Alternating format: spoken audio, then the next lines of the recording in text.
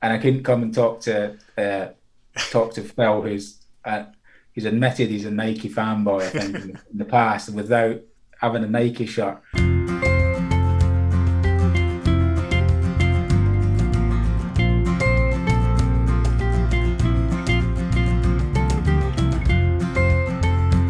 Hey guys, welcome back to Phil's Corner, and welcome to a slightly different format in today's episode. You've probably seen a bit of a teaser in the intro, but I'm actually going to be chatting with one of my patrons, Andy. We're going to meet Andy, chat with him, and Andy's going to share some of his collection. We're going to talk about that. One of my favourite things to do is just sit and chat about shirts that people have in their own collection, and share some of the stories and the designs behind these great shirts. So that's coming up in today's episode. But as usual, I've got some thank yous, and most of all I want to say thank you just to you guys for supporting, for watching the videos. The channel has really grown in the past couple of episodes, and that's thanks to you. And of course, alongside you guys, the viewers, I have to say thanks to Foot Fanatics, my sponsors. And Foot Fanatics have been sponsoring me now for a number of months, and you should know what they're all about by now. But if you don't, they're a Brazilian retailer who specialise in Brazilian club shirts and other club shirts and international shirts. They're a really, really good site, particularly for collectors looking to get hold of those slightly rarer South American shirts. So for most UK collectors, it can be quite hard to get specific shirts. Some shirts will appear on other retailers, but if you're looking for a particular club shirt, it's often quite hard to get without going directly to the club, and even then, some clubs don't even ship to the UK. But Foot Fanatics takes care of all of that by providing a really fast service at really, really competitive prices. And with loads of new Brazilian shirts coming out, they'll be one of the best places to go to for new shirts. So Foot Fanatics, check them out. They're a great site. Even as I'm talking, I'll just show you their site and you can just see some of the stuff on offer. Alongside the new shirts, you can also get training jackets and training wear and all sorts of good stuff alongside the shirts. So thank you Foot Fanatics for sponsoring me. Check them out after you've watched today's video. I'm also going to announce the winner of the giveaway from the last episode. And this was for the fantastic Palmeiras away shirt. And Mike Dudio. Mike, you've won the Palmeiras shirt. So please DM me on Twitter or get in touch on YouTube and I'll be able to send that shirt to you. Thanks to all who entered that giveaway. I will be doing another giveaway in the next episode. So not this one, but the next one. So look out for that. And just before I get to chat to Andy, who has been patiently waiting on a Zoom call with me, two quick reminders. One, to subscribe if you're new to the channel. Please subscribe. You get to keep up to date with all the episodes as they happen. And it helps support the growth of this channel. And talking about supporting this channel, you can also support me on Patreon. This fantastic shirt next to me, which I introduced a bit more in the last episode, is exclusively available to supporters on Patreon. So if you support me on Patreon at any of the tiers, after a certain number of months, you can get this shirt in your collection. And alongside that, you get a host of other benefits. You can even appear on videos like Andy is doing today. So check out the link in the description. That shows you my Patreon and what you get. And there's also a quick video, which I do need to update actually, but that is above me as well, which goes through some of the benefits of supporting me on Patreon. But anyway, let's get into today's episode. Let's chat about shirts. And as I'm talking now, through the magic of cinema, I'm going to shrink my screen into a Zoom call and introduce Andy. So hi Andy, thank you for coming. I've said your name a few times, so we know you're called Andy, but could you introduce yourself a bit? Name, where you're from, what you do. Yeah, absolutely. Thanks for having me on today.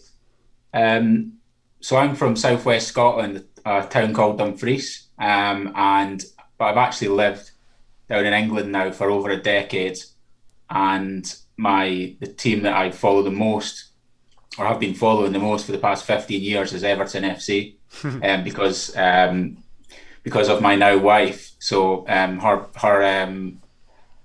family are big Evertonians, and there's something quite special about the club, particularly the fans in Goodison Park. Once you've been to an Everton match and it touches you, it's quite special. And I think since I started following them, I haven't looked back really. But originally, my hometown team was Queen of the South, and I would go follow them quite a lot as a teenager, and also go to the Scottish national football games at Hampden Park. But like I say, I've been in England for so long now that Everton is my team basically. Nice one, Andy. And actually, just a quick note to say, I've got Andy on the screen to the side of me. So if I'm looking at kind of either camera or I'm looking at a funny way, apologies, my setup doesn't quite allow me to have my screen in the front. But anyway, you said you're an Everton fan. Obviously, I'm a Liverpool fan as well. But I must say, just from a kit perspective, Everton have had some particularly good kits. Out of interest, were you particularly drawn to Everton's kits at all, or have they just kind of been a bit of a side to the club itself? What is it about Everton kits that have stood out to you in the past in general? I didn't really pay much attention to Everton shirts. I remember a couple of mates at school were Everton fans. Yeah. This was before I really had any sort of English team. And I remember actually they had a really nice Puma kit in the early 2000s in Rooney's first season playing for the Toffees. And they had this really nice patch actually on the sleeve, which was, because I think at the time they were the first team in English football to play 100 top flight seasons. I remember that kit stick in my mind.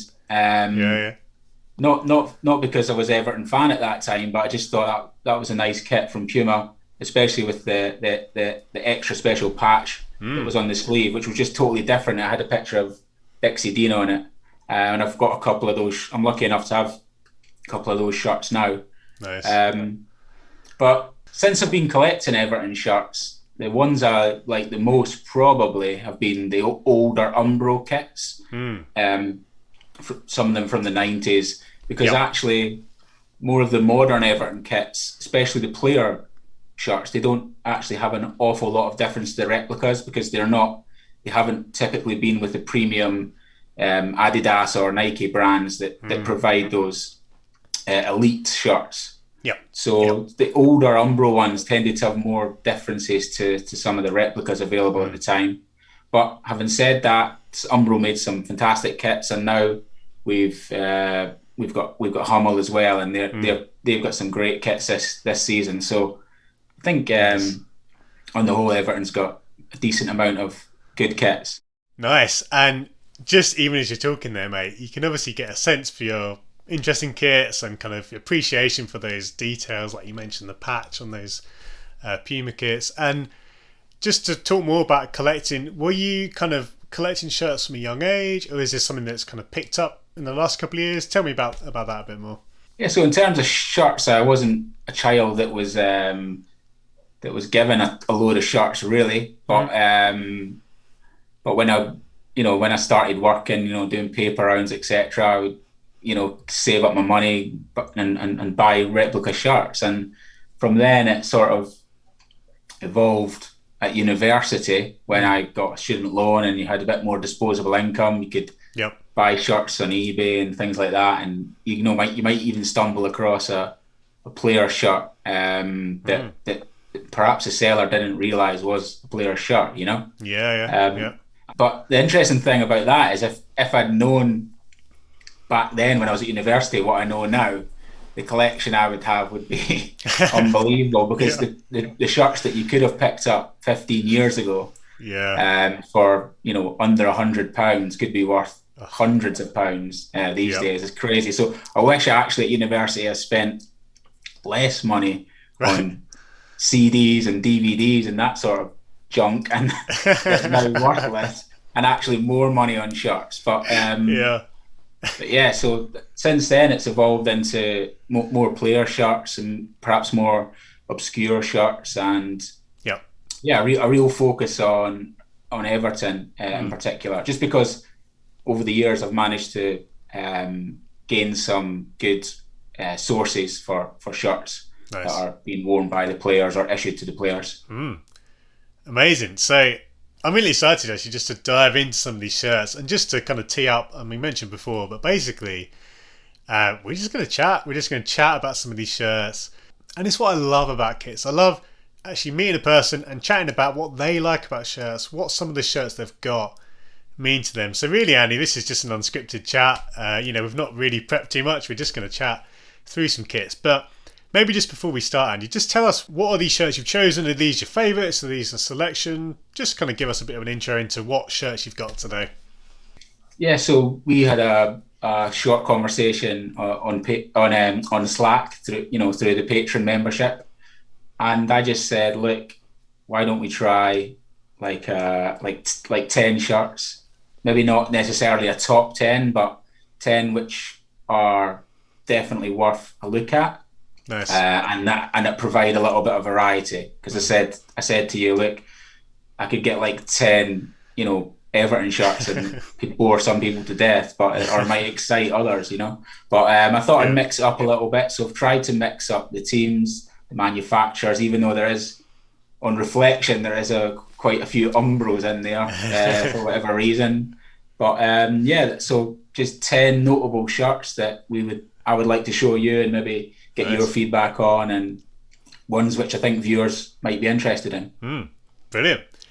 Go for it, mate. Show us number 1 of 10 whenever you're ready. Sure. So I think the first one we've got here Oh, is yes. this fantastic Scotland, the tartan shirt from Yep. the mid-90s that they eventually wore at Euro 96. Yep. They just, quite simply, they just don't make shirts like this anymore. And even Umbro don't make shirts like this anymore. The tartan design in itself is totally different and unique. Yep. And I think it's you just look at this and it screams Scotland without being too tacky, without being a shortbread tin, you know. But with the addition of the Umbro taping down the sleeves and this purple colour as well. Yep. Yep. This one's actually a player worn shirt, but not obviously at the tournament, because there was a few differences.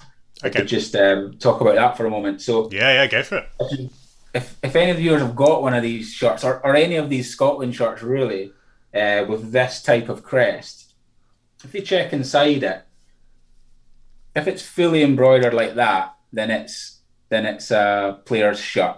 If it's just stitched around the shield here, like it's embroidered but just along the stitching around the shield, then it's a replica. So some of these shirts, even the players' ones, have this at the bottom. Okay. And don't let that put you off, because these would have been worn in friendlies and qualifying matches, even without the number on the front. So at the tournament itself, this one's actually a number 5. And it's got this this lovely like yellow felt number, which I just love these like flock or felt numbers compared to like the modern plastic ones. So at Euro 96, where they actually had not a bad tournament, really. They got, Gaza scored that fantastic goal, and sometimes even when your team's getting beaten, you have to take your hat off to people and say what a wonderful goal that was. But McCoist himself, Ali McCoist, actually scored a really good goal against Switzerland, I think, as well. But yeah, so at the tournament they had the addition of the number on the front, and then they added a name set as well. And then on the sleeves, the Umbro tapings were removed because it wasn't allowed for the tournament as per UEFA regulations. And then they had the additional patches, which was, I think, on one sleeve the tournament patch, and the other sleeve fair play. And then this additional Umbro transfer was not applied. So nice. If anyone out there's got one of the ones worn at the tournament, I'd love to see it. But I feel lucky enough just to have this one. It's pretty cool with the number 5, which was typically worn by Braveheart himself, Colin Hendry. But I can't verify that in any way. But with the additional fully embroidered badge, I just love this one. Amazing. It's just classic. Yeah, and that's fantastic. And just as you're sharing there, I mean, just to know kind of some of those differences, which I think is really good. Like if you're looking out for a shirt, it's so good to be able to kind of say, okay, I know this is a player issue shirt in some way because of that badge, and that's good knowledge on your part. I think you'll be coming for my job soon with some of those insights. Is really good. But yeah, I think just a quick note on that shirt. It's so interesting that Scotland haven't really done many tartan shirts, and I think that only makes that shirt stand out even more. It's not like a regular theme. I'm trying to think, there must have been some small call outs. I can't remember of, certainly not that much tartan in a kit. So it's a really good one to have that. What have we got next, mate? What's next? So the next one I've got is again from the 90s, and this wonderful FC Barcelona away shirt, which they wore. This was at a time where teams would wear shirts for at least 2 seasons, and I think this one was actually worn. This was used as an away shirt for 3 seasons. Nice. And it was the first away shirt, I think, since their shirts were made by Maber. Yes. So they won the European Cup against Sampdoria, I think, in 1992, wearing that fantastic It's the orange yes. Maber away shirt. Yeah. Which was an absolute stunning shirt and was like immensely rare these days to come across. Yeah. And the really annoying thing for me, when you see the pictures looking back, they all changed out of the orange shirts into the home shirts for the celebrations when they got the cup, which I think was a bit disappointing in hindsight when you consider how beautiful that orange kit was. But anyway, they then moved on to Kappa, and they didn't disappoint really with this one. This would have been worn for, I think from 92 until 95, and they were with Kappa the rest of the 90s until they then went to Nike at the end of the 90s. And in terms of this one, again, it's got this retro sleeve tape, and it's not actually, it's just sublimated. It's just sublimated into the material, the Kappa logos. It's got the classic, Barcelona home colours here of red and blue on the sleeves. And then this fantastic collar with these like popper buttons. Which remind me of those popper tracksuit bottoms that the kids used to wear. And then it's got this pattern throughout the material where, and actually I think in European competition they weren't allowed this, so it was just playing in Europe. So I think they beat Manchester United. So in the European Cup, I don't know which round it was in, but they wore the, if you look at that, they were worn just a plain shirt without the Barca and the Kappa logo sublimated into the material. But actually on this replica, or even in the shirts they would have worn in La Liga, it looks fantastic. This would have been worn basically by Johan Cruyff's dream team of Stoichkov and just absolute world-class players of that period. So love this one. It's just so good, actually. Even as you're saying there, the way they've incorporated those, blue and red, just subtly in those kind of stripes on the sleeves. It, like, as a colour combination, it's pretty interesting, isn't it? The kind of teal, blue and red. I can't think of many other teams, if any, that have had, or certainly used that colour scheme that well. So, wonderful shirt. And as you say, the team was iconic as well, wearing it. So it's a really good one to have there. Really nice. Nice. Well, I mean, the bar is really high with these first two. But let's keep it rolling, Andy. What else have you got? I'm excited to see it. So this third shirt, as I mentioned, is from my hometown team, Queen of the South, and it's really quite a special shirt. We've moved way beyond the 90s now, even though it has got this retro look to it. This is a shirt from 2019. The team actually only wore this shirt in 2 matches. It was their centenary year. They had a regular centenary home shirt, which was their normal sort of royal blue colour, but they went for this light blue colour Macron shirt to actually celebrate the centenary a bit more fashionably for 2 matches. I can't say for certain, but I don't think they actually did well in those 2 matches, but they looked the business in this shirt. Nice. First of all, except for the change in design and the lighter blue colour, they've done away with the sponsor. So it's just a plain shirt. Who's the sponsor usually, Andy? Who sponsors them usually? It's really interesting, actually. For over 20 years now, I think, Queen of the South they actually do a raffle to local businesses. Really? You can enter. You can enter a raffle for a few £100. Right. With that, you actually get a season ticket. So if you're a business and you're going to buy a season ticket anyway, then it's worth doing if you can afford the money. And you go into a raffle, and then they draw out the winner. So I think for this season it was like an accountancy firm. Right. But they've had all sorts of sponsors over the years because of that raffle system. And even in the 90s, the Dumfries Constabulary won it, and they put, I think, "Say No to Drugs" as their Oh, sponsor of the nice. shirt. Yeah. As what's what they decided to do. But yeah, Amazing. they left this one unsponsored Yep. Yep. for this special version of the Mm. shirt. It's got this like lace collar, which I Yeah. think Yeah. is great. Actually, strangely reminds me of like Cantona and some of those. Yeah. I think Cantona might have worn one, but see the early Yep. '90s Man United Yes. Umbro. I Exactly. think they had a home shirt with a lace and also the green and yellow Yep. half and half shirt Yep. had a lace collar as well. So Nice. that's really cool. And also just wanted to mention Macron. Like Hmm. I know that there's lots of collectors out there that are just loving all the stuff that Macron is putting out, and I think they've done a great job on this. So Yep.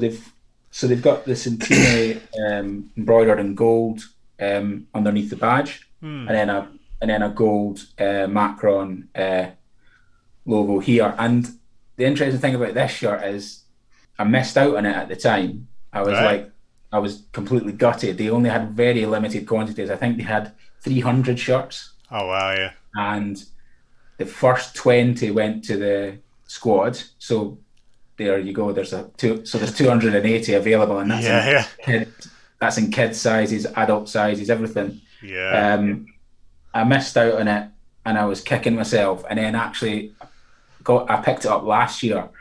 A lot of collectors will know the website Old Football Shirts, which is Hmm. like a pictorial archive where you can upload pictures of your shirts Yep. and categorize it by the team and the year. Anyway, I saw this shirt on there, and it was uploaded by Old Football Shirts themselves. So I Right. tracked down the guy that was running the site, and I said, I'm guessing this is your shirt because it's on your website and it says it's been uploaded by you." Nice. Um, and I just got chatting to him and asked if he would consider selling it, and so he agreed to because he just picked it up Amazing. because he thought it was beautiful. Yep. He's got Yep. no interest really in Queen of the South. I don't mean to do him any disrespect there, but No. No. he No. just That's thought yep. this was a lovely shirt. And yeah, he kindly sold it to me, and then Brilliant. it was plain, and then I got these Scottish Championship patches added, Yep. and Nice. Stephen Dobby number 11, which is in gold, Yeah. which matches nicely with the gold Macron details. Nice. And then it's got at the bottom of the back, it's got sublimated. If Oh I can yeah. hold it high enough, Yep. it's got the sublimated club crest. So yeah, this shirt's up there in my collection. I just think it's great, and I think Yeah. kudos to Macron for bringing this. Like, I don't think there's any other manufacturer that produced this specialist shirt for that level of football club Yep. in the Yep. lower leagues. I don't, I'd be happily proven wrong, but certainly your bigger manufacturers wouldn't have put that effort in for 300 shirts to a team that's playing in the Scottish second tier. So congratulations to them for doing that, and I'm really fortunate to have this one. That's lovely, Andy. And I love that story, like you're saying, about seeing the picture, getting in touch with the guys at Old Football Shirts. And that speaks very much to that kind of collecting attitude of when you see a shirt and it's that kind of that hunt, that chase is such a thrill to then eventually get the shirt. And when you showed the shirt at first and it had the collar, and I thought, I don't usually like lace collars, but honestly, as you were talking about it, I think you've almost persuaded me that I think sometimes they really work. It looks really good. Right, next one, number 4 is this now. What have we got? Yeah, so the next one is Boca Juniors. This is a shirt for their 90th anniversary, I think, in 1995. And it's got the main man, Maradona, 10 on the back, with again in this like flock numbering with the Olan logo actually in the numbers, and then typically with South American clubs, a name at the bottom of the shirt, Maradona. So as I said earlier about my collecting shirts starting at university. This was one of the ones I got, and I actually picked it up on eBay, and when I was at university, and I paid for it by cheque. Really? Funnily enough, I think it must have been before I had a PayPal account. And at the time on eBay, you could pay, you could go and collect something and pay in cash, or you could like send them a check. Yeah. And the only reason I actually know that is because any of your viewers who are old enough to know, you have a checkbook with like the stubs. And I remember I hardly used the check. I might have used it a couple of times, and one of the stubs said Maradona shirt. You used to write on the stub what you paid for. Nice. That's the only reason I remember I paid for it that way. I don't think I really remember ways that I paid for most of my shirts. Usually just PayPal or credit or debit card these days. But nice. Got this off a guy on eBay for like really good price at the time. It's the original Olan shirt with the classic Quilmes sponsor and the classic Boca colours. And it's great with the addition of Maradona on the back.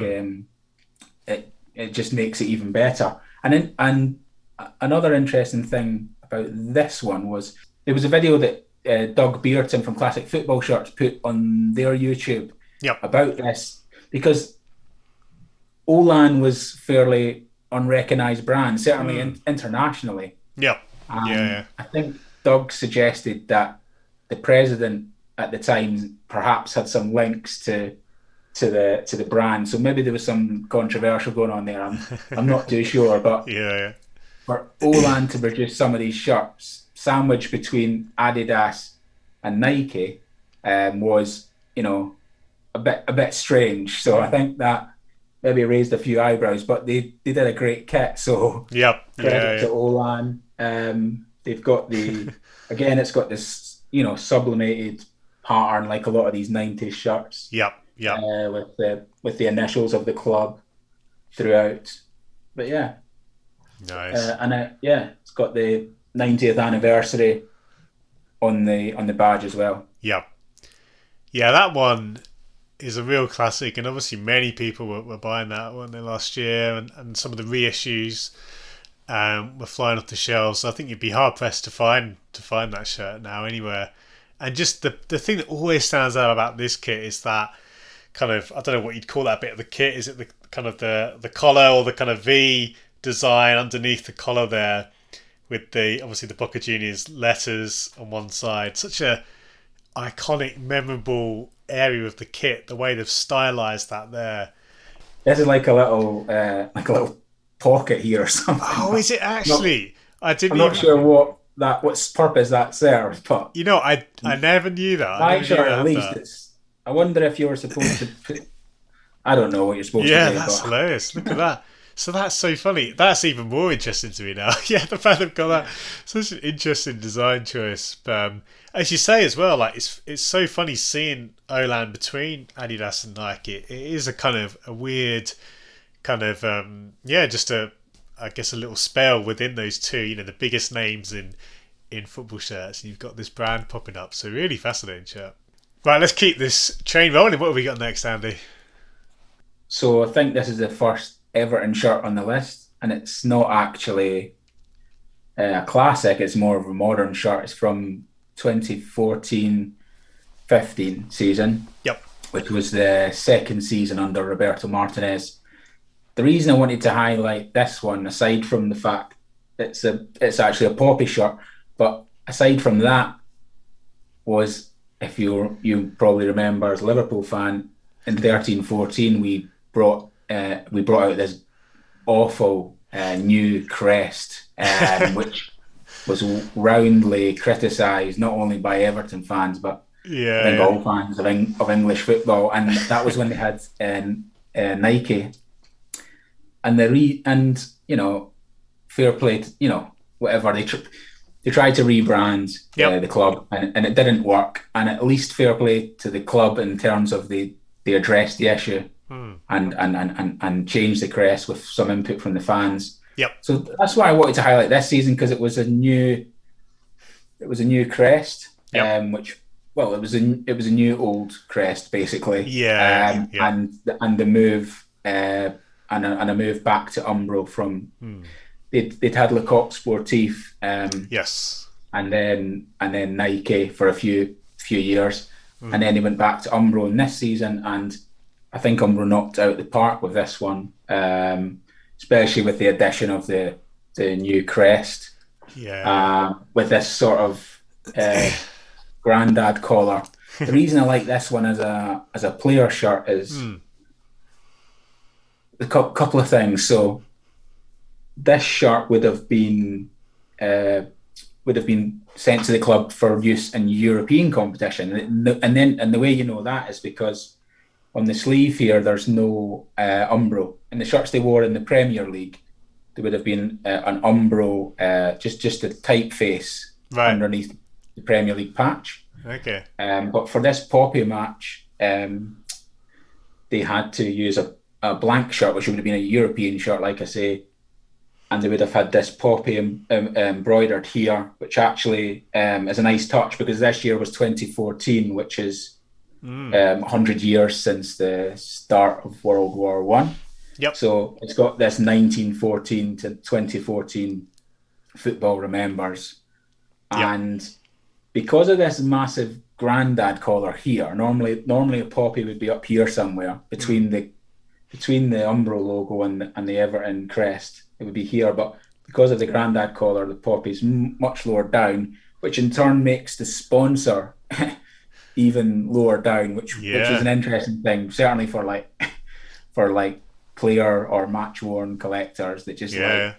those subtle differences that we were talking about. Mm. So yeah, and this one's actually Stephen Oh, yep. Naismith's shirt, so it's signed nicely by him as well, and with that Scottish link as well, it just made sense for me to have this one. He had a really good reputation in Liverpool actually for doing a lot of charitable work in the area. Had Yep. a lot of time for disadvantaged people. Mm. He gave out a lot of tickets to matches and things like that, and Mm. just a really stand-up guy, Yep. a really for a Premier League footballer, a really grounded guy. So just a really nice guy and a really nice shirt. Yeah, I love this one. Nice one, Andy. And like you've highlighted on a number of the shirts, great to see those differences. And like you say, I think being able to get hold of the player issue shirts or even match issue shirts is so good, isn't it? Seeing those little quirks, which only real kind of geeks like us would appreciate, but it is great. Adds a real level of of excitement to it. So yeah, nice one. What's next? What have we got?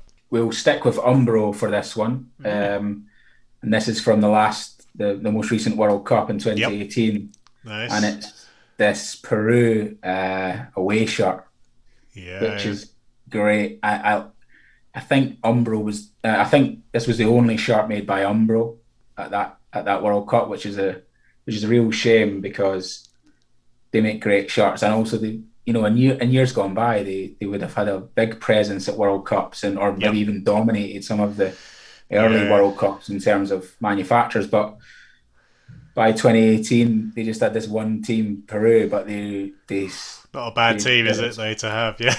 Yeah, They they did did a well. seriously good job, and it was their first Yeah. World Cup in I think like 30 years or Yeah. something like that. Yeah. And the home shirt is great as well, but I don't know, something just drew me to the away for whatever reason. But I would love to pick up a home shirt as well. I don't have one, so Yeah. but I'd love to get one. Yeah.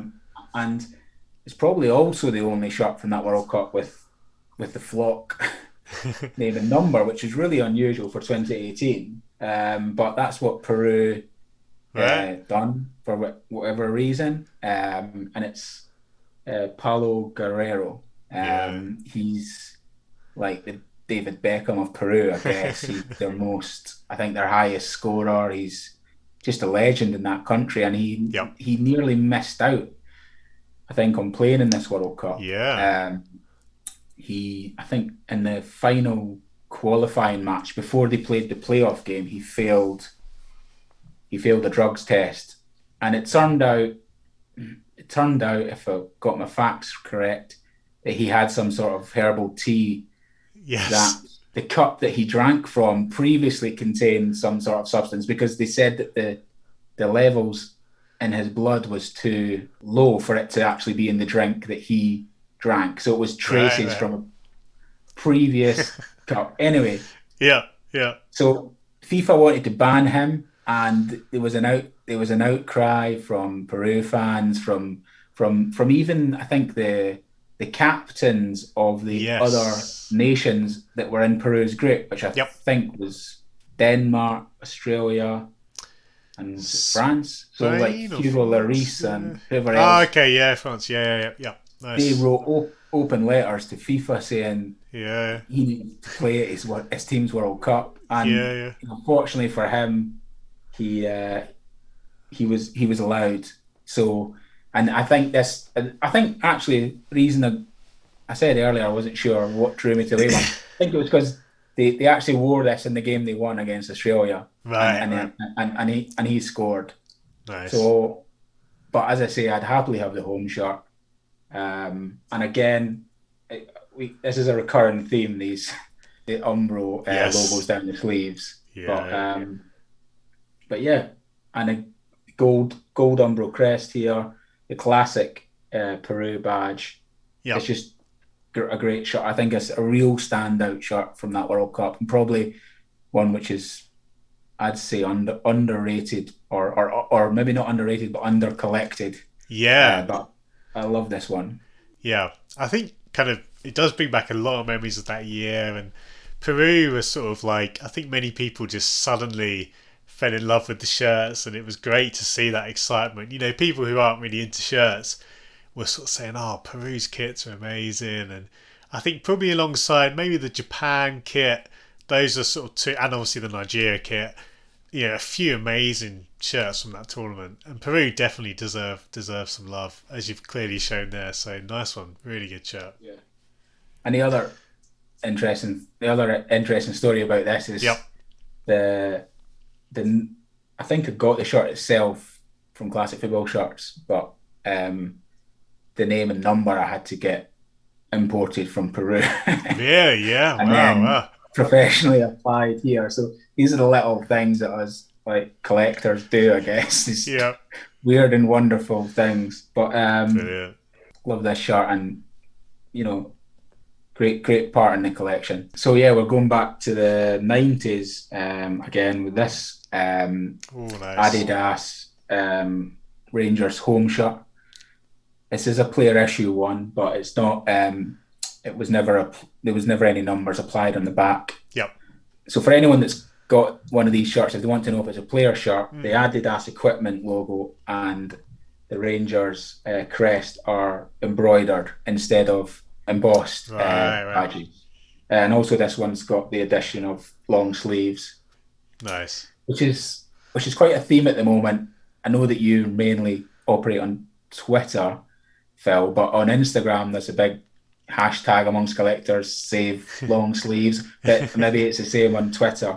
I'm not sure, but Nice. because of this Adidas template at the time, it really lends itself to the long sleeve version, I think, Yeah, with the three stripes over the shoulders, and amazing. yeah, the classic Rangers colours of red, white, and blue, and again, classic sponsor, Yep. McEwen's Lager, which is embossed. So yeah, on the replicas, the material for the crest and the Adidas would be similar to the material for the sponsor, which is embossed material. Yep. And yeah, just this fantastic, massive red V-neck collar, which I think a lot of teams had at the time that had Adidas shirts. Yeah, And yeah, Adidas just did some great Rangers shirts in the 90s. I did. Unless you're a Celtic fan, if you like football, if you like football shirts, Yeah. you can pick up any Adidas Rangers shirts. It was only from I think 92 to 97.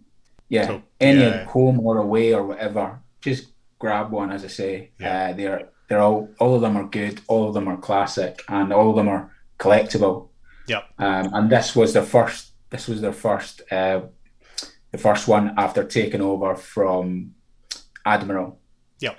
In 1992, Nice. and it's got the addition of the this classic 3 stripes in the material as well, in the Yeah, blue. So yeah. amazing. Yeah, it's so good. Like any Adidas equipment shirt, I think is always good. I can't think of a bad one, from that era. It's just like seeing how big those 3 stripes are. On most modern Adidas shirts, the 3 stripes, they're quite thin, they're quite sort of, regular placement. But in the 90s, when they were really chunky, like that one they're coming over the shoulder, some of them they'd come up from the chest. Just Adidas equipment shirts are amazing. What's next, mate? What have we got next up?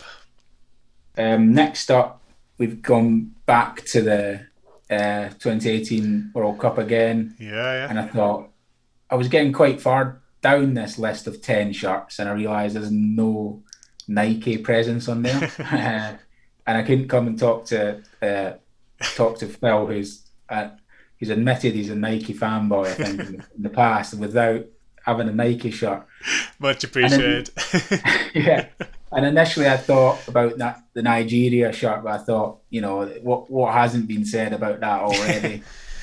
So I went for this less obvious choice than a Nigeria shirt. So it's a Croatia away, which retains the classic checkerboard design, but with the dark blue and the black. And what I love about this is the way that red pops, not only on the swoosh, but on the number, which fits perfectly into that checkerboard pattern underneath the tick. It just, for whatever reason, I think if that number 10 was in the middle, it would look, not as good. It looks so good on the side there. And yeah, they obviously did really well in this World Cup. They did really well in this shirt, but then lost the final to France in their home shirt. They put out England in this shirt, and I think they played in it in a few other matches as well. But and it's got, obviously with number 10, it's got the Ballon d'Or winner for that year, Luka Modric, with number 10 and the little Croatia Federation logo and the number there. I think the only thing that would make this shirt better would be a red monochrome badge, which would just tie in nicely with the swoosh and the number 10. But they've obviously, for whatever reason, decided to keep the traditional badge and all the traditional colours. But it still looks great, and one of the better away shirts from that World Cup, if not one of the best in my opinion anyway. But I think it's a great shirt. It's great. And it seems to me a little bit rare, because I've not seen a lot of collectors really showing it. But I like that one. Yeah, the thing is, Andy, you're right, because when the World Cup was actually happening and when Croatia were going on that run and that kit was becoming sort of one of the kits of the tournament, they were doing well in it. I remember trying to buy it during the World Cup and it had all sold out. And I don't think there was an initial kind of restock, or at least I didn't see any restock of it. So it was a bit like, it was kind of like when, like when Spurs beat Ajax in the Champions League and their third shirt just suddenly sold out. It was a bit like that with that Croatia shirt. So I've only seen one or two appear on eBay, but they are actually quite rare. So, and it's a great shirt for the reasons you mentioned. So yeah, really good one there. Yeah. So next we've got another Umbro shirt. Oh, nice. Another Scotland shirt. Yeah. Like I say, I tried to mix up the manufacturers, but I think I've maybe got 5 Umbros on this list of 10. But this is the away shirt from, I think, 1999 into 2000, I believe, which was somewhat Marmite at the time, because you either loved it or you hated it. But as years have gone by, I think it's been looked at a bit more favourably as more of a classic. And it's this, I think they tried to, I don't know if they tried to market it, or some people tried to call it salmon instead of pink, so that it wasn't associated with the word pink. I mean, pink back then was probably bad on a shirt, whereas nowadays it's it's just normal. But at the time, this salmon away shirt was was controversial. But looking at it now, I just like the way everything's in this band here. You got the Umbro logo, this SFA crest, and the number just nicely framed in this sort of traditional Scotland home shirt colour of the dark blue, and then this sort of strange salmon colour throughout the rest of the shirt, this is a player shirt which is in long sleeve. So again, we've got that Umbro tape in, which is the length of the sleeve and is actually really thick. This shirt weighs quite a lot compared to probably weighs the equivalent of about 3 or 4 modern shirts. And it's got this nice collar here, and it's a number 8. So on the back is the flock navy number 8, and then the front they've got the smaller white 8 within this band here. Lovely. I think they had a famous win in Germany. Okay. In this shirt, which made it somewhat popular amongst the Tartan Army. So, nice addition to the collection, and again, save long sleeves. Yeah, that's it. Save these cuffs. I mean, you don't get cuffs like that anymore. That's a chunky. Yeah, you don't. Yeah. It's great. It reminds me. I mean, it's a modern shirt, but another Umbro salmon shirt. When Everton had a recent away shirt, very different design, but in that kind of salmony colour, pinky colour. Yeah. It's a really good shade. I love it. I think it's a really good colour. So guys, just as we wrap up today's episode, we actually had to do a bit of a late swap because my camera died during my conversation with Andy. And basically, the last little segment here was recorded a few days after. So that's why I'm wearing different clothes. I don't have my glasses on. But yeah, just to let you know, in case you wonder what is going on. So Andy, we're nearly at the end. But what have we got to wrap up our conversation today? Yeah, so the last shirt I wanted to share with you was this Everton home shirt from a few years ago. It was 2017-2018 season. It's a pretty unremarkable shirt, really, and it was a season to forget for Everton as well, with the season starting with Ronald Koeman in charge and ending with Sam Allardyce in charge, and actually gaining a fairly respectable position, albeit he didn't endear himself to the fans very much. And then in the middle there was a period where Unsworth was caretaker manager as well. But the reason I wanted to show this shirt was because it's fairly infamous amongst Everton shirt collectors in the fact that it's got this dodgy kitman job. That's funny, isn't it? On the sleeves and on the back of the shirt. So for those that are into match shirts and differences between match shirts and replicas, there's a lot of UEFA regulations that can sway how the shirt appears when the players wear it on the field. So this is from the Europa League, and because of the Umbro diamonds that are down the sleeve that a lot of shirt collectors love, but actually it's not permitted behind the competition patch and the UEFA respect patch. So the kitman's kind of put on this hard wearing, what I can only describe as tape, blue sort of tape or some sort of plastic material that's been pressed on.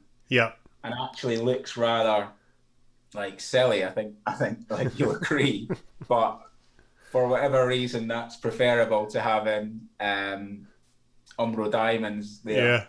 I like how there's almost you got 3 strips of blue there, as you lift the sleeve up because of the dark underside as well. It's like a little gradient almost.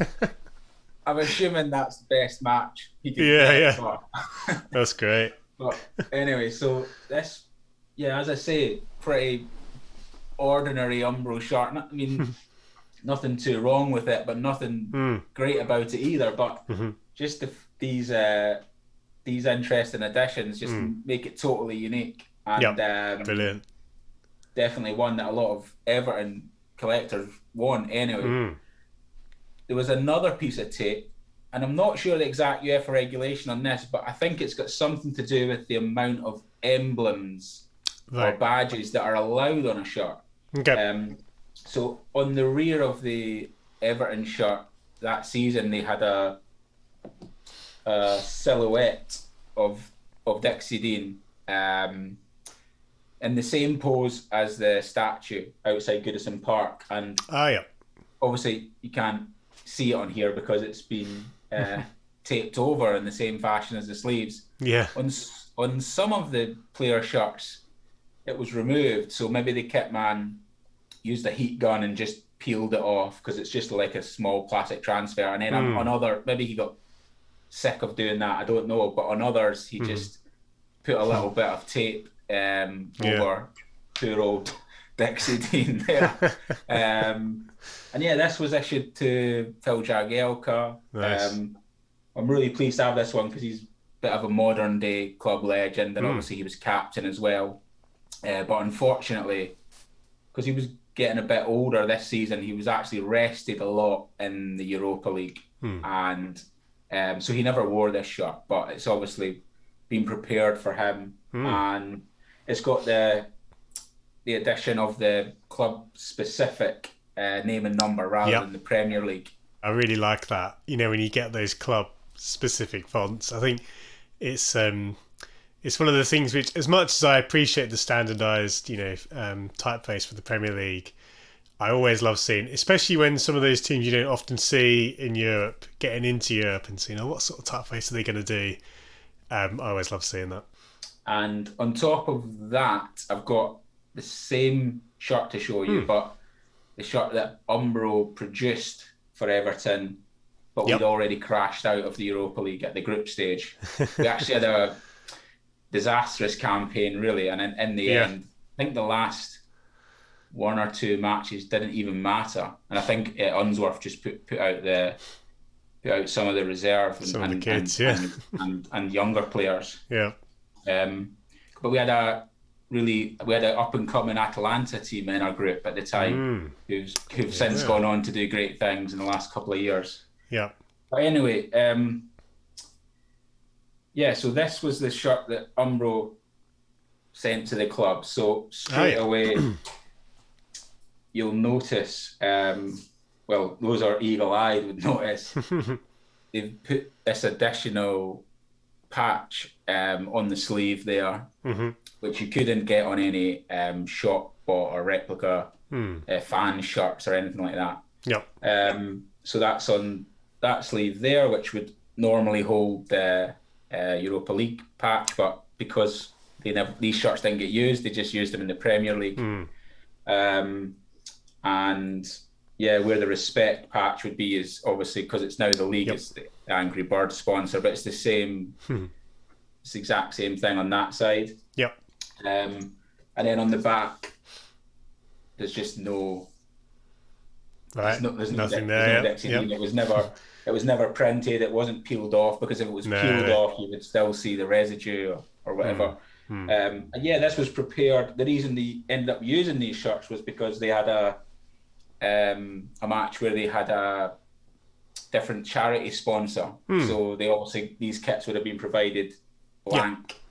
So there'd be no sponsor, because in some European matches, for instance, in certain countries, you can't have gambling or alcoholic sponsors. So this would have been provided blank, and they end up using it in the Premier League with this Kits for Africa sponsor. So just nice. As I said, not an amazing shirt, but just a bit of an interesting story. Just end on something a bit different. Well, I love, just in those two shirts, Andy, you've got a really good example of some of the ways that, kitmen will try and navigate through these different regulations, and really interesting to see that second one there where, as you say, Umbro prepared that for European competition and sort of repurposed it. I think some of those stories are so interesting, and it's it's the kind of stuff which basically you don't hear about. No one's writing articles about this for BBC Sport or anything like that. But for people like you and me, or others out there, I'm sure many of you watching who are into kits, I think this is great. I could honestly talk, even though I'm a Liverpool fan, which I know some people will be shocked at, but I could talk about stuff like that, even if it is an Everton kit, for a long time. It's really interesting. Yeah, as soon as they walked out, when I was watching the match on the TV at the time, as soon as they walked out with these ridiculous sleeves, I was just like, I've got to get one of those. Yeah. Like, by hook or by crook, I'm going to find one of those, because they're just so funny and so unique. But the other interesting thing is, if Everton kits were made by Adidas or Nike, for instance, those types of mistakes just wouldn't happen. I think because it's Umbro, and for whatever reason the suppliers didn't think, even though they would have known that Everton were going to be in the Europa League, didn't take that into consideration. But you would just, like, on an Adidas shirt, we would have the 3 stripes.